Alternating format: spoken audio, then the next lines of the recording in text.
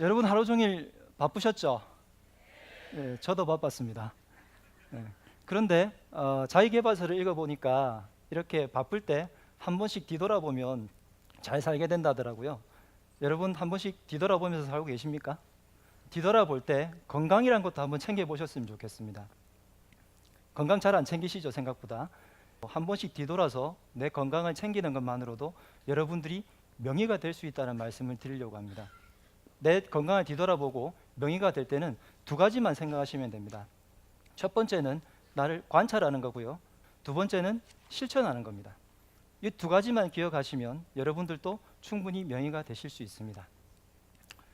근데 무엇을 관찰하고 무엇을 실천하라고 하는지 궁금하시죠? 제 이야기부터 해드리고 시작하겠습니다. 제가 한의대에 처음 입학했을 때 교수님께서 리포트를 내주셨거든요. 여러분들이 한의사가 되었을 때 꿈이 무엇입니까? 라는 거였는데 많은 분들이 여러 가지 답을 해주셨지만 저는 그때 뭐라고 적어냈냐면 의사가 필요 없는 세상입니다 라고 했습니다. 여러분들 생각하실 때 한의학 하면 어떤 가치가 떠오르세요? 체질 개선, 근본 치료. 예, 맞는데 제가 생각할 때는 예방의학이 한의학의 핵심 가치 중에 하나라고 생각합니다. 환자분들이 이렇게 있을 때 의사가 많이 늘어난다고 해서 환자가 주는 것 같지가 않아요. 한 해에 한국에서만 한의사, 양의사를 합해서 3,000명 이상이 배출됩니다. 많은 숫자거든요. 그런데 이렇게 많이 매년 배출되는데 환자들이 줄어드나요?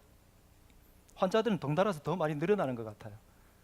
의사들이 할 수 있는 어떤 영역 중에서 자꾸 치료만 하고 예방에 대해서 안 알려주기 때문이지 않을까라는 생각을 해봤습니다. 제가 이런 생각을 하게 된 계기가 아마 어머니 때문이기도 할 건데요. 제 어머니는 어릴 때 굉장히 많이 아프셨습니다.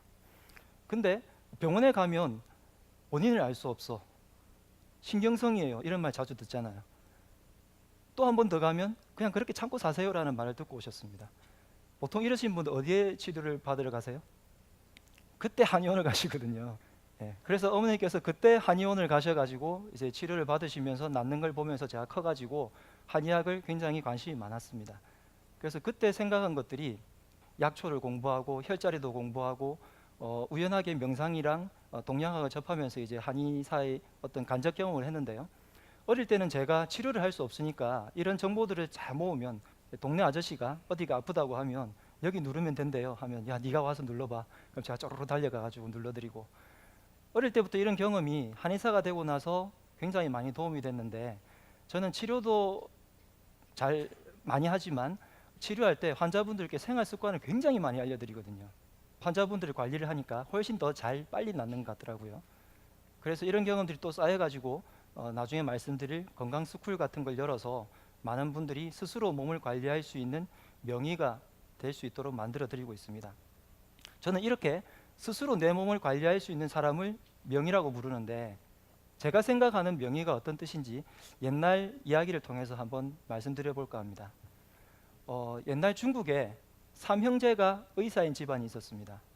근데 그 중에 막내가 편작이라는 사람인데요. 이 편작은 중국의 굉장히 유명한 명의입니다. 한국으로 치면 허준에 해당하겠죠. 이 사람은 못 고치는 병이 없었어요. 난치병이 있는 곳에 가면 사람들이 이렇게 세우고요. 전염병이 창궐한 곳에 가가지고 전염병을 싹 전멸시킵니다.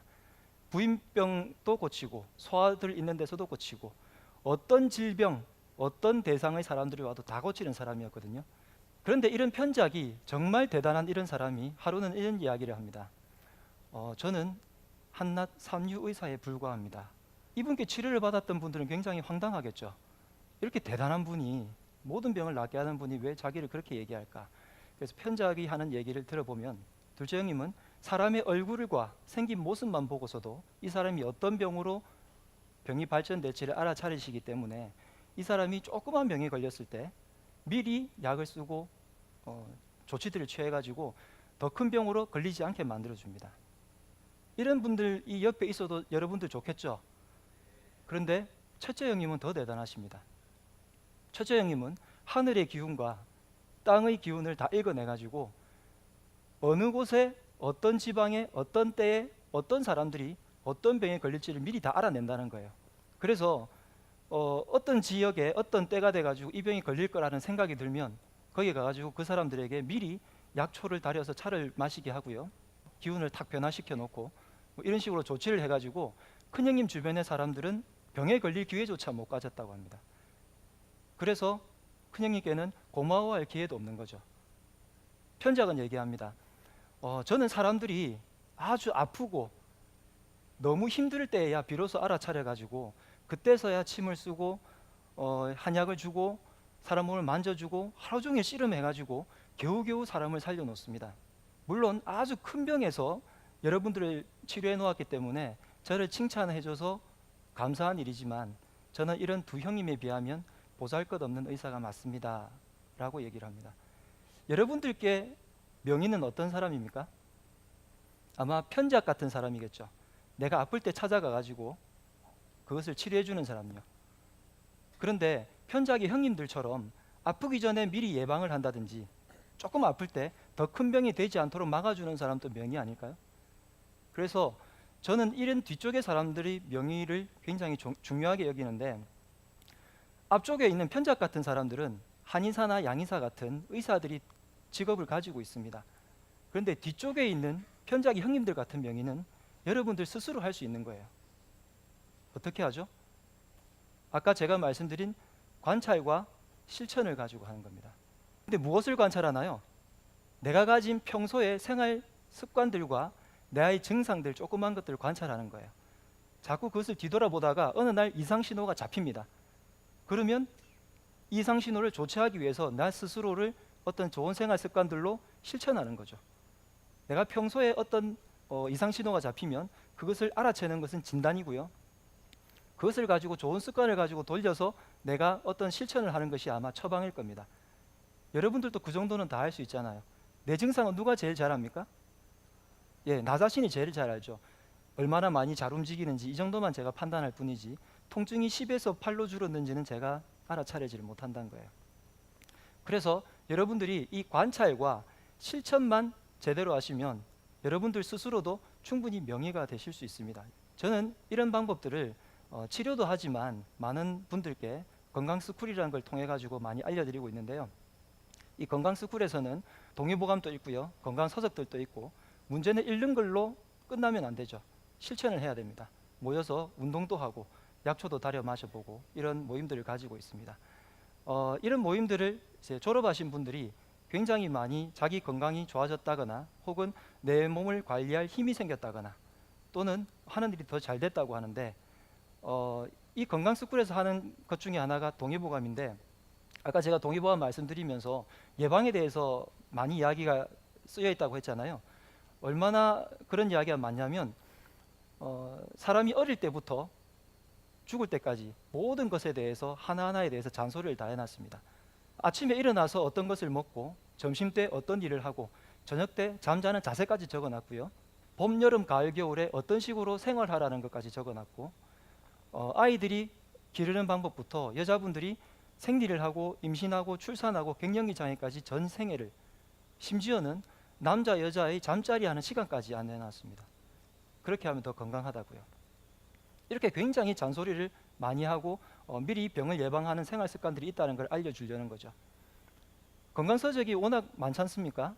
저도 2권의 책을 썼는데요. 이런 좋은 건강서적이 우리 시중에 굉장히 많습니다.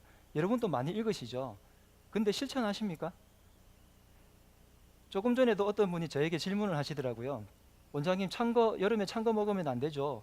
네, 좀 따뜻한 거 드시는 게 더 좋죠. 진료실에서도 똑같거든요. 근데 그렇게 말해놓고 나가지고 제가 화장실 가느라고 잠깐 밖에 나가면 팥빙수 퍼드시고 계시거든요. 많은 분들이 밀가루 먹으면 안 되죠? 라는 질문을 굉장히 많이 합니다. 그런데 똑같이 제가 화장실 갈 때 분식집에서 라면 드시고 계세요. 이렇게 진짜 실천을 잘 안 하시는 거예요. 근데 이런 실천만 제대로 하면 몸이 훨씬 좋아지는 사례들이 많습니다. 몇 가지만 말씀드릴게요. 한 분이 두통이 심하고 머리가 맑지 못해가지고 고민이셨습니다. 그래서 이분의 생활을 제가 관찰해 보니까 너무 많이 드시는 거예요. 그래서 이분께 제가 책을 한 권 권해드렸는데, 미즈노 남보쿠라는 사람이 적은 절제의 성공학이라는 책입니다. 미즈노 남보쿠가 누구냐면 일본의 관상가인데요. 이 사람은 평생 성공한 사람들의 관상을 보고 분석을 했습니다. 그런데 재미있는 사실이 있었던 거예요. 평범한 사람들이 성공한 사람으로 변하는데 인생에서 어떤 것만 절제하면 성공하는 관상으로 변한다는 거예요. 먹는 것만 절제해도, 식탐만 줄여도 성공한다는 거예요. 아마 여기 계신 많은 분들이 성공할 거예요. 평생 다이어트 중이신 분들 몇 번 보이거든요. 네. 한의학의 원리에 따르면 장이 안 좋으면 머리에도 영향을 미친다고 했습니다. 그것은 요즘에 양의학에서도 장이 제2의 뇌라고 하죠. 그래서 먹는 것을 줄여서 장을 편안하게 해주면 뇌가 조금 그만큼 편안해지기 때문에 그 책을 권해드렸고, 이분은 그것을 실천하셨고 얼마 뒤에 머리도 맑아지고 두통도 없어지고 몸도 가벼워지니까 예뻐졌다는 소리를 들어서 아주 기분 좋게 살고 계시거든요.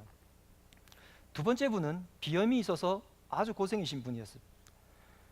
항상 코가 막혀서 고민이었는데 이분의 생활도 제가 맨날 이제 뒷조사가서 조사를 하죠. 관찰해 보니까 하루 종일 찬 음료를 너무 많이 마시는 거예요. 동의보감에 보면 형한음냉즉 상패라고 했습니다. 한의사라서 한자 한번 써보고 싶었습니다. 이 말이 무슨 뜻이냐면 내 몸이 찬데 찬 음료를 마시면 폐를 상한다는 뜻입니다. 비염은 폐하고 관련된 증상이잖아요. 그래서 폐를 자꾸 상하게 하면 비염이 더 심해지는 거죠. 그래서 이분께 이제부터 따뜻한 음료를 드셔요 하면서 찬 음료를 싹 바꿔버렸습니다. 기왕이면 비염에 좋은 약초로 만든 차로 따뜻하게 드시면 더 좋겠죠. 그래서 그것을 실천했더니 몇 달 뒤에 신기한 일이 벌어졌습니다. 이분이 오시더니 원래 방송 쪽에서 광고업을 하시던 분이었거든요.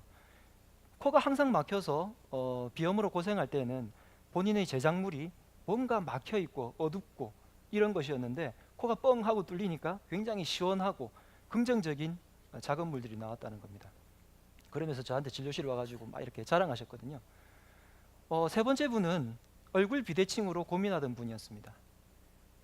양쪽이 조금 달라서 항상 그게 고민이었어요. 사진 찍을 때마다 신경이 쓰이고요. 그런데 이분의 생활도 제가 따라가서 관찰했겠죠. 그리고 나니까 한쪽으로만 씹는 거예요. 식사할 때. 제가 그러니까 한쪽 턱이 더 커지죠 라고 했더니 이분이 그게 연관이 있어요? 라고 하는 거예요. 여러분들은 다 상식적으로 아실 수도 있지만 어떤 분들은 굉장히 상식적인 것에도 불구하고 놓치는 경우도 있잖아요. 환자분들 중에는 그런 분들이 의외로 많거든요. 그래서 이분께 그 말씀을 알려드리고, 얼굴 비대칭을 한의학에서 고칠 때는 목뼈를 경추를 교정을 하고 턱에다가 침을 꽂아서 이렇게 교정하는 치료법들이 있습니다. 이분이 옛날에 그런 치료를 받았는데도 불구하고 잘 안 나았다고 해서 제가 그 습관을 고치고 치료를 해드렸더니 굉장히 많이 완화가 됐어요. 그래서 옛날에는 대각선으로만 사진을 항상 찍다가 이제는 정면 보고 이제 자신 있게 찍는 거죠. 이렇게 내 생활을 둘러봐 가지고 내 생활에서 조그만 것을 관찰해서 습관을 바꿔서 좋아지게 하는 무수한 사례들이 있습니다. 여러분들도 이제 내 생활 습관을 관찰하고 조금만 뒤돌아보고 이상 신호를 무시하지 마시고, 보통 이 정도는 낫겠지 하면서 넘어가잖아요. 무시하지 마시고 그것을 어떻게 하면 치료할 수 있을지 적극적인 생활 실천을 하시면 여러분들도 충분히 아마 명의가 될 수 있겠죠. 그렇게 생각하십니까? 네, 여러분들이 바로 명의입니다. 감사합니다.